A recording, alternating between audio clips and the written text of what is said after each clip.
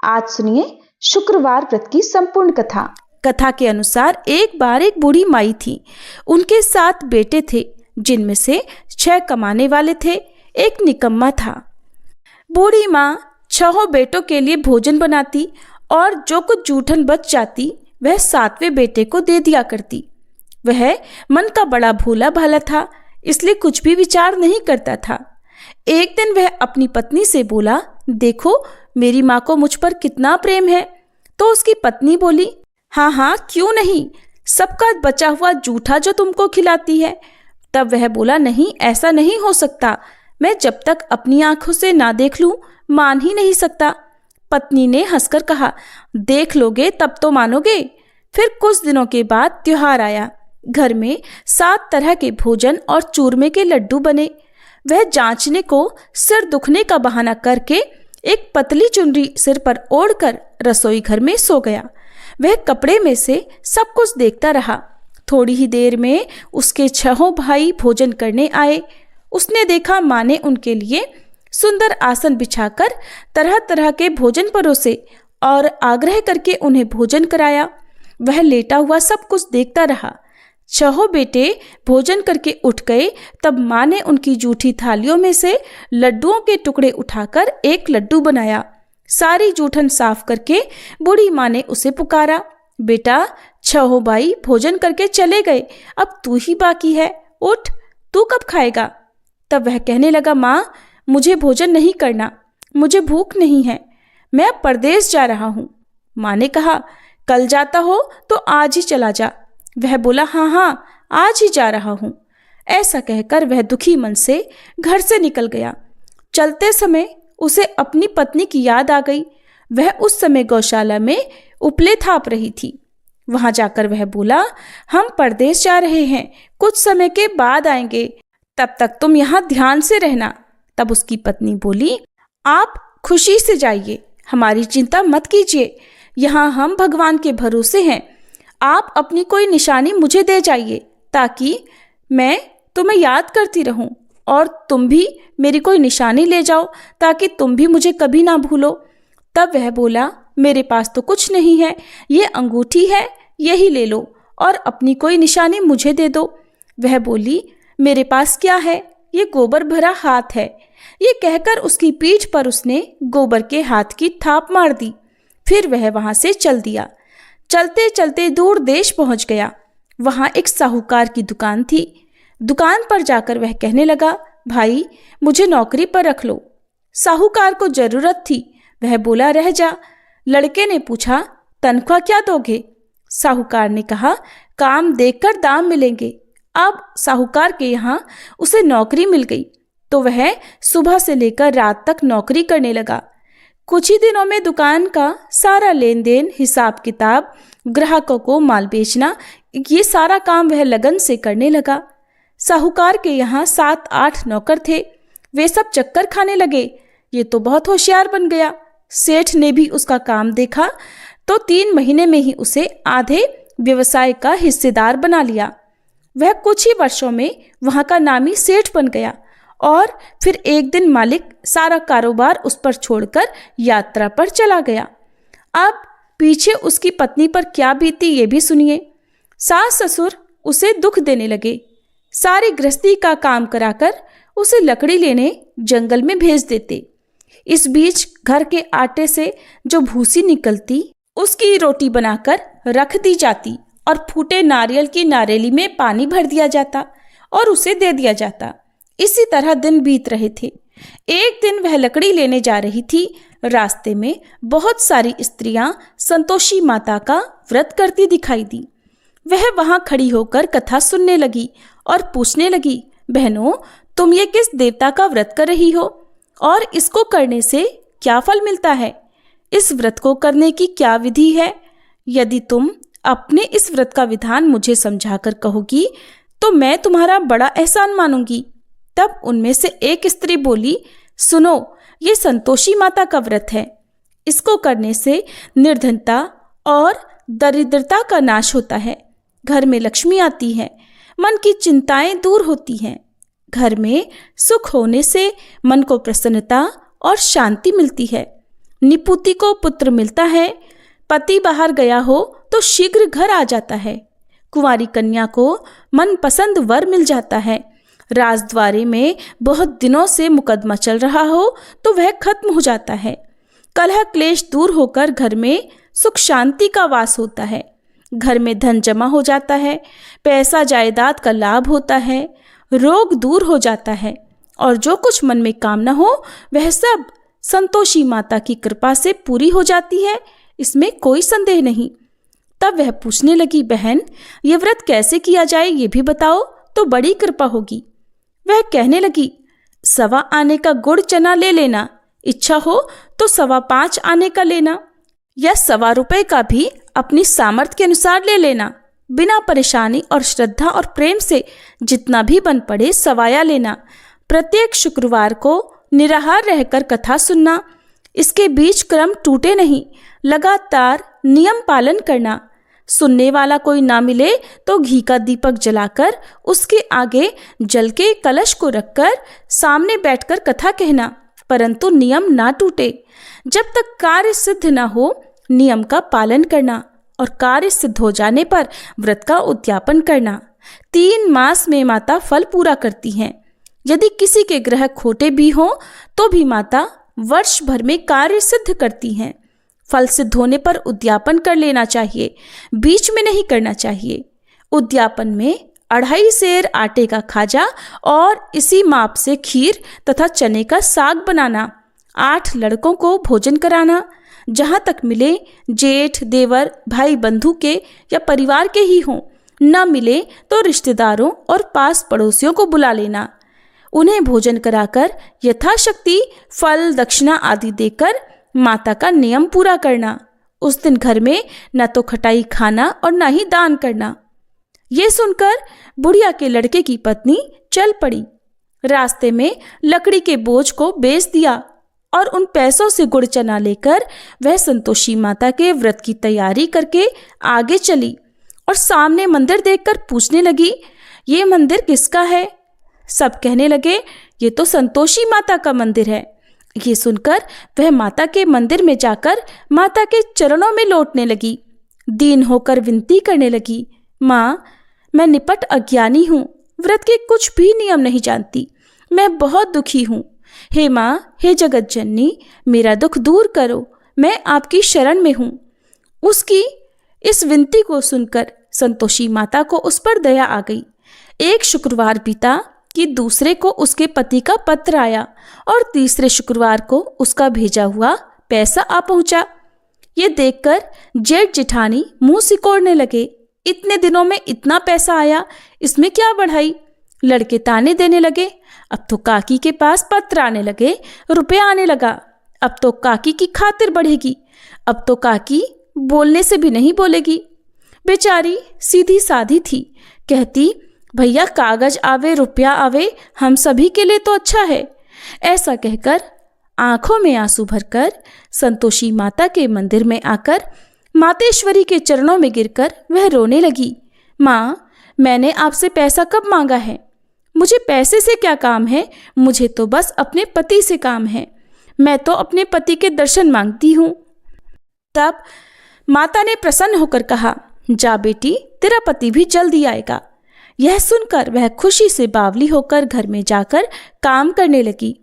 अब संतोषी माता विचार करने लगी, इस भोली पुत्री को मैंने कह तो दिया कि तेरा पति आएगा, पर आएगा कैसे? वो तो इसे स्वप्न में भी याद नहीं करता। अब उसे याद दिलाने को मुझे ही जाना पड़ेगा।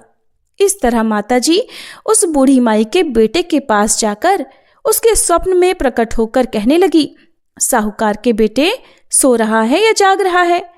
तो वह कहने लगा, माँ सोता भी नहीं जागता भी नहीं, कहो क्या आज्ञा है? संतोषी माता कहने लगी, तेरे घर बार कुछ है कि नहीं? वह बोला, मेरे पास सब कुछ है, माँ बाप हैं, पत्नी है, क्या कमी है? तब माता बोली, भोले पुत्र, तेरी पत्नी घोर कष्ट उठा रही है, तेरे माँ बाप उसे त्रास दे रहे हैं और वह तेरे लिए तरस रही है, जाकर उसकी सुधि ले। तब वह बोला, हाँ माताजी, ये तो मालूम है, परंतु जाऊं तो जाऊं कैसे? परदेश की बात है, लेन देन का कोई हिसाब नहीं, कोई जाने का रास्ता नहीं आता, कैसे चला जाऊं? माँ कहने लगी, मेरी बात मान, सवेरे नहा धोकर संतोषी माता का नाम ले, घी का दीपक जलाकर दंडवत कर दुकान पर बैठ जा। देखते देखते तेरा सारा लेन देन चुक जाएगा, जमा का माल बिक जाएगा, सांझ होते होते धन का भारी ढेर लग जाएगा।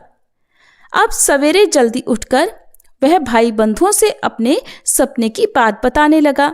सब ने उसकी बात को अनसुना कर उसकी खिल्ली उड़ाने लगे। कभी सपने भी सच होते हैं भला? तब एक व्यक्ति बोला, देख भाई, मेरी बात मान, इस प्रकार झूठ साज करने के बदले देवी ने जैसा कहा है वैसा ही करने में तेरा क्या जाता है? अब उन बूढ़े व्यक्ति की बात मानकर वह नहा धोकर संतोषी माता को दंडवत घी का दीपक जलाकर दुकान पर जा बैठा। थोड़ी ही देर में उसने क्या देखा कि देने वाले रुपया लाने लगे, लेने वाले हिसाब लेने लगे। कोठे में भरे सामान के खरीदार नकद दाम दे देकर सौदा करने लगे। शाम तक धन का भारी ढेर लग गया। मन में माता का नाम लेकर, चमत्कार देखकर प्रसन्न होकर घर जाने के लिए गहना, कपड़ा, सामान खरीदने लगा। यहाँ के सारे काम से निपटकर वह तुरंत घर को रवाना हुआ। उधर उसकी पत्नी बेचारी जंगल में लकड़ियां लेने गई। लौटते समय माताजी के मंदिर में वह रुककर विश्राम करने लगी। वह तो उसके प्रतिदिन रुकने का जो विश्राम स्थान ठहरा। वहां पर धूल उड़ती देखकर उसने माता से पूछा, हे माता, ये धूल कैसी उड़ रही है? तब माता कहने लगी, हे पुत्री, तेरा पति आ रहा है।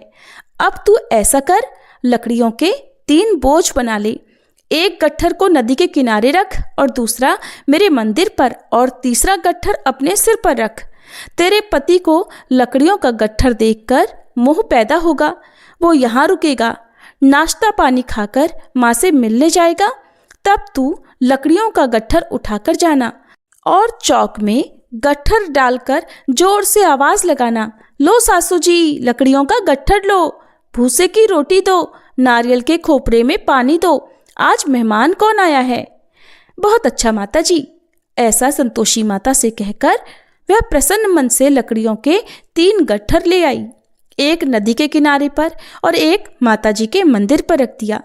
इतने में ही मुसाफिर आ पहुंचा। सूखी लकड़ियां देखकर उसकी इच्छा उत्पन्न हुई कि हम यहीं पर विश्राम करें और भोजन बना खाकर फिर गांव जाएं। इसी तरह रुककर भोजन बनाकर विश्राम करके वह गांव को गया। सबसे बड़े प्रेम से मिला। उसी समय सिर पर लकड़ी का गट्ठर लिए उसकी उतावली सी पत्नी आ गई। लकड़ियों का भारी बोझ आंगन में डालकर उसने जोर से 3 आवाजें लगाई, लो सासू जी, लकड़ियों का गट्ठर लो, भूसे की रोटी दो, आज मेहमान कौन आया है? ये सुनकर उसकी सास बाहर आकर अपने दिए हुए कष्टों को भुलाने के लिए कहने लगी, बहू, ऐसा क्यों कहती है? तेरा पति ही तो आया है। आ बैठ, मीठा भात खा, भोजन कर, कपड़े गहने पहन। उसकी आवाज सुनकर उसका पति बाहर आया। उसकी उंगली में अंगूठी देखकर वह व्याकुल हो गया, क्योंकि उसकी कमजोर हालत को देखकर वह उसे पहचान नहीं पाया था। माँ से पूछने लगा, माँ, ये कौन है? माँ ने कहा, बेटा, ये तेरी पत्नी है। आज पूरे 12 वर्ष हो गए हैं। जब से तू गया है तब से यह गांव में जानवर की तरह भटकती फिरती है। घर का कोई काम काज कुछ नहीं करती, 4 पहर आकर खा जाती है।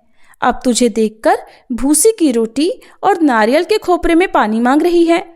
तब वह लज्जित और दुखी होकर बोला, ठीक है माँ, मैंने इसे भी देखा और तुम्हें भी देखा है। अब दूसरे घर की चाबी दो, मैं उसी में रहूंगा। माँ बोली, ठीक है बेटा, जैसी तेरी मर्जी हो सो कर।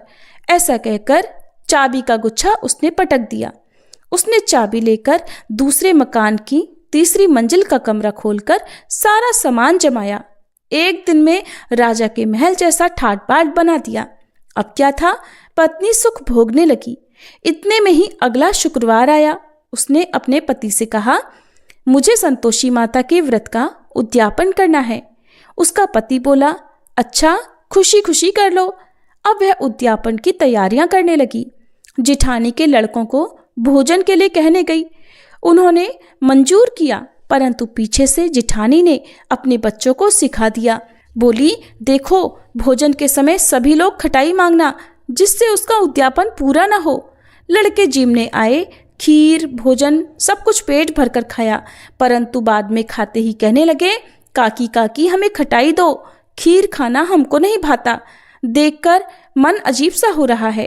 वह कहने लगी, भाई खटाई किसी को नहीं दी जाएगी, ये तो संतोषी माता का प्रसाद है। लड़के गुस्से से उठ खड़े हुए, बोले, लाओ फिर पैसा दो। भोली बहू कुछ भी नहीं जानती थी, उसने उन्हें पैसे दे दिए।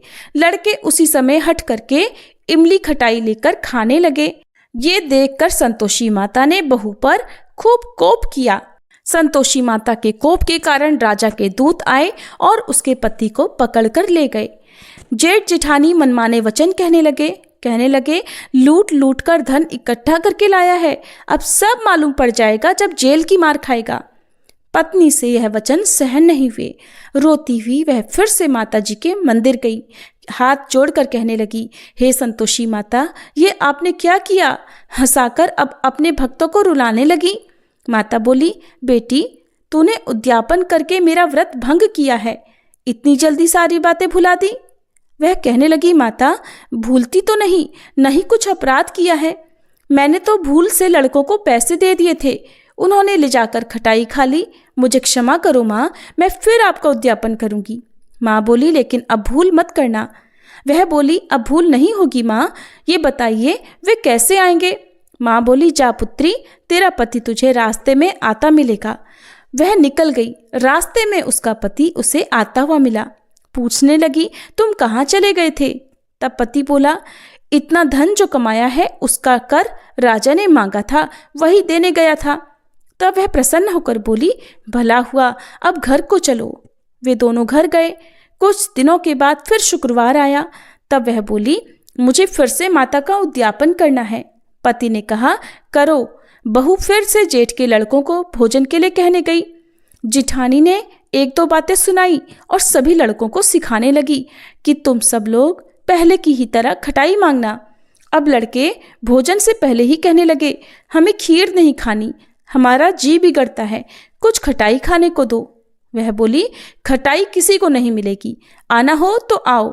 वे नहीं आए तो ब्राह्मण के लड़कों को बुलाकर वह उन्हें भोजन कराने लगी। यथाशक्ति दक्षिणा की जगह एक एक फल उन्हें दे दिया, जिससे संतोषी माता प्रसन्न हुई। माता की कृपा होते ही 9वें मास में उसके चंद्रमा के समान सुंदर पुत्र प्राप्त हुआ। पुत्र को पाकर वह प्रतिदिन माता जी के मंदिर को जाने लगी। माँ ने सोचा, ये तो रोज आती है, आज क्यों न इसके घर मैं चलूं, जाकर इसका आसरा तो देखूं। यह विचार कर माता ने भयानक रूप बनाया। गुड़ चने से सना मुख, ऊपर सूंड के समान होठ, जिस पर असंख्य मक्खियां भिन भिन कर रही थी। देहली पर पैर रखते ही उसकी सास चिल्लाने लगी, देखो रे देखो, कोई चुड़ैल डाकिन चली आ रही है, अरे लड़कों इसे भगाओ, नहीं तो ये किसी को खा जाएगी। लड़के भगाने लगे, चिल्लाकर खिड़की दरवाजे बंद करने लगे। बहू रोशनदान में से देख रही थी। वह प्रसन्नता से पगली बनकर चिल्लाने लगी, आज तो मेरे भाग खुल गए, आज तो मेरी माताजी मेरे घर आई हैं। वह अपने बच्चे को दूध पीने से हटाने लगी। इतने में ही सास का क्रोध फट पड़ा। वह बोली, अरे पगली क्या देखकर उतावली हुई है जो बच्चे को पटक दिया? वह बोली, सासू माँ, मैं जिनका व्रत करती हूँ ये वही संतोषी माता हैं। इतना कहकर झट से उसने सारे खिड़की दरवाजे खोल दिए। फिर तो सबने माता जी के चरण पकड़ लिए और विनती करके कहने लगे, हे माता, हम मूर्ख हैं, अज्ञानी हैं, आपके व्रत की विधि हम नहीं जानते, व्रत भंग करके हमने बड़ा अपराध किया है। हे जगन माता, आप हमारे अपराध क्षमा करो। उनके इस प्रकार विनती करने पर संतोषी माता प्रसन्न हुई।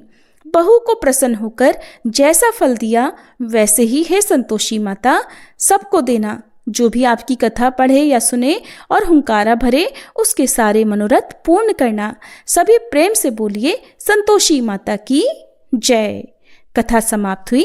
अब सभी प्रेम से सुनिए संतोषी माता की आरती। जय संतोषी माता मैया, जय संतोषी माता, अपने सेवक जन को, अपने सेवक जन को सुख संपत्ति दाता।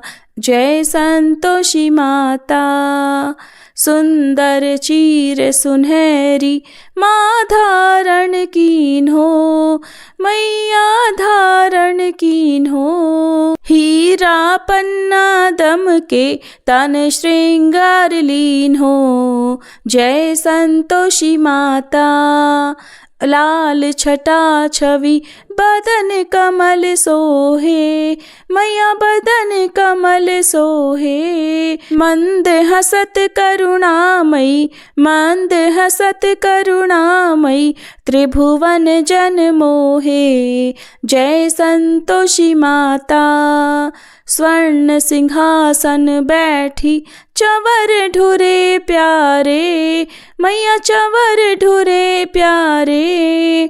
धूप दीप मधुमेवा, धूप दीप मधुमेवा, भोग धरे न्यारे।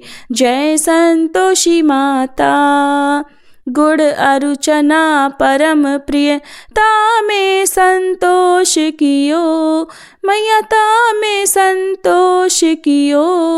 संतोषी कहलाई, संतोषी कहलाई, भक्तन वैभव दियो।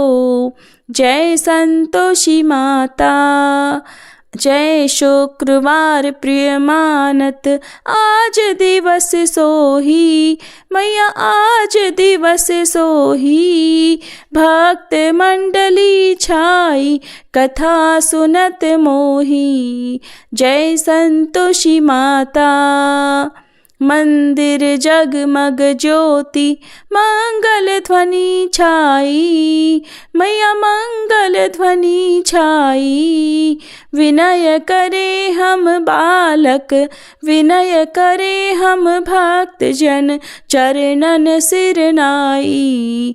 जय संतोषी माता, भक्ति भावमय पूजा अंगीकृत कीजे, मैया अंगीकृत कीजे। जो मन बसे हमारे इच्छित फल दीजे।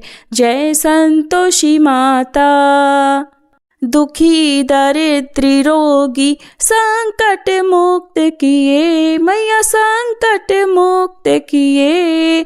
बहुधन धान्य भरे घर, सुख सौभाग्य दिए।